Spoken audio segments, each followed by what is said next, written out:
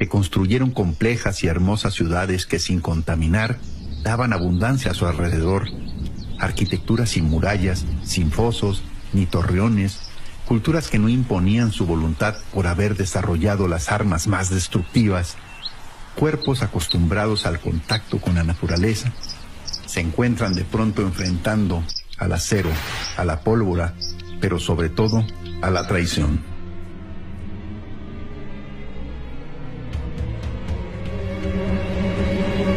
Muy caro les sale a los herederos de este sangriento saqueo los subsidios con los que apoyan universidades, el costo de proyectar a los historiadores, a los forenses, antropólogos, arqueólogos que difamen a las víctimas y honren a los verdugos con sus estudios, hasta hacer heroico su pasado con absurdas películas en el intento de sepultar una sola y simple denuncia que les hicieron hace 500 años y que intentan ridiculizar al llamarla la leyenda negra. Como las obras de estos artistas hacen ver a los reyes católicos como carniceros, al menos Bartolomé logró que disimularan su saqueo que hoy continúa cuando imponen gobernantes que les inventen leyes y reformas que ahora les hagan legal su rapiña. Este pasado les pesa tanto y está tan presente que con la reforma educativa, estos políticos aprovecharon para borrar de una vez por todas este episodio del programa de estudios de nuestra historia nacional. Todo para seguir colonizándonos. Otro ejemplo, trabajos de expertos desde diferentes países, idiomas, campos, ángulos, tiempos, etc., demuestran que el mito español de los sacrificios humanos sigue siendo hasta hoy parte de su sistema de justificación a sus sangrientos saqueos, pero que por poco y logra el exterminio de una de las civilizaciones más armónicas que en todos los sentidos ha existido. Entrevista al doctor Pablo Moctezuma Barragán. Es importante conocer la historia porque hoy otra vez nos están saqueando nuestro oro, nuestra plata, nuestro petróleo. Las grandes corporaciones extranjeras se están adueñando de las riquezas que pertenecen a los mexicanos.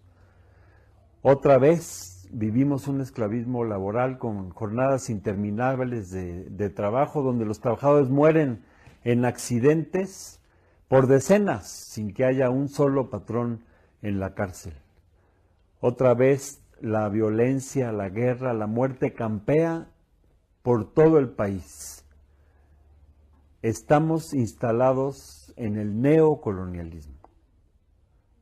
Son los extranjeros, las potencias y sus corporaciones las que están aprovechándose de nuestro trabajo y de nuestras riquezas.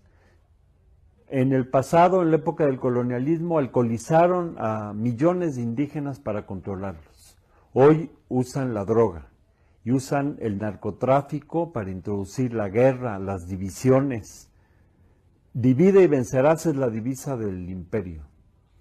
Hoy arman diferentes carteles en distintas partes de la República y provocan una guerra interna que está desangrando a nuestro país y nos están pintando ante todo el mundo como los salvajes, cuando la raíz del narcotráfico no está en México, está en las potencias extranjeras que mandan las armas, lavan el dinero, compran la droga, la distribuyen.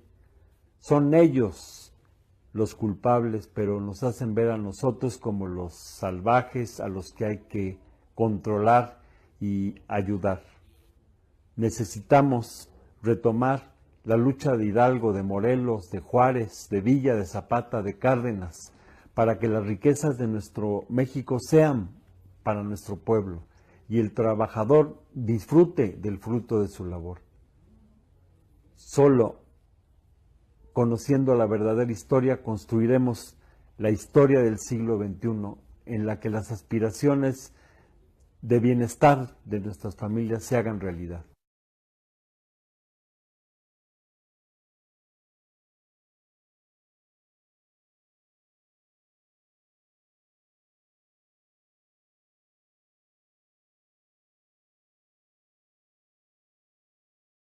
¿Por qué somos países pobres? Los países latinoamericanos en general somos países subdesarrollados. Unos más subdesarrollados que otros, pero todos somos países pobres. ¿Por qué existe esa gran diferencia con los países del norte, Estados Unidos y Canadá, que en cambio son potencias industriales? La razón es muy simple. Todos fuimos colonizados por España. Durante la época de la colonización, los españoles y los portugueses se llevaron más de 181.000 toneladas de plata de nuestras minas. Se llevaron más de 180 toneladas de oro durante el periodo de 160 años, que fue más dura la colonización. Dilapidaron nuestras riquezas y nuestras vidas. En América se dio el mayor holocausto registrado en la historia. De 70 millones de indígenas que tenía América al momento de llegar los españoles, 160 años después solamente quedaban 3. México, por ejemplo, no llegó a tener la población que tenía antes de llegar los españoles hasta 1960. Tal fue la tragedia de la colonización.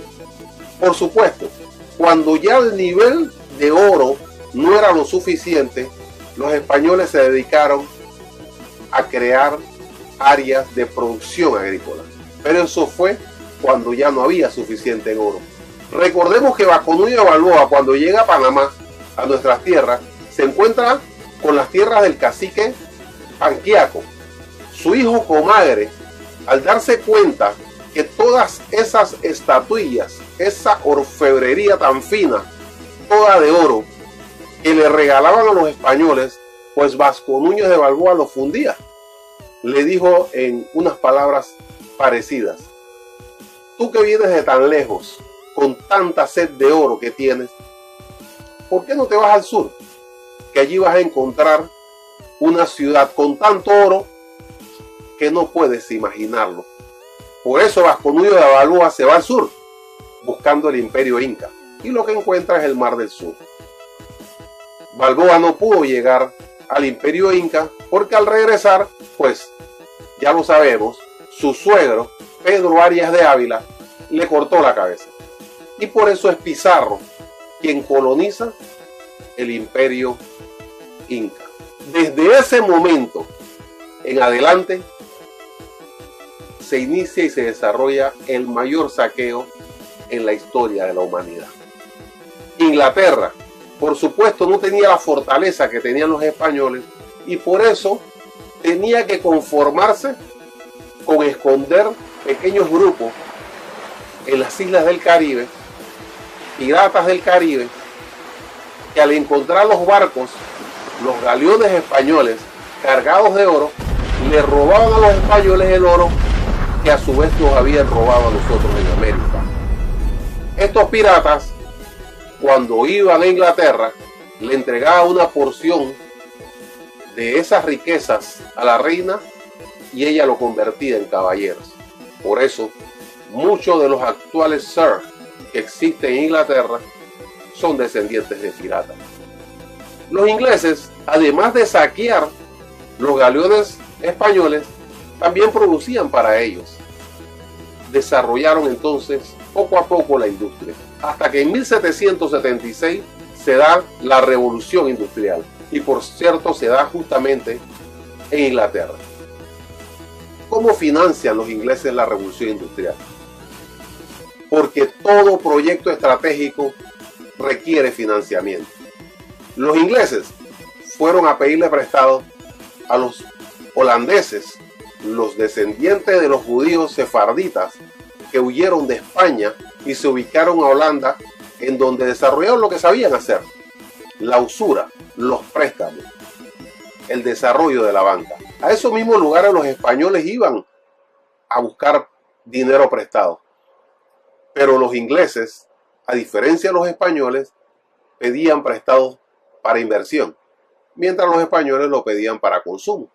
Por eso al final de la conquista, que le llaman la colonización, los españoles, cuando perdieron sus colonias, se transformaron junto con los portugueses en los países más pobres de Europa, al punto de que los europeos afirmaban que Europa termina en los Pirineos.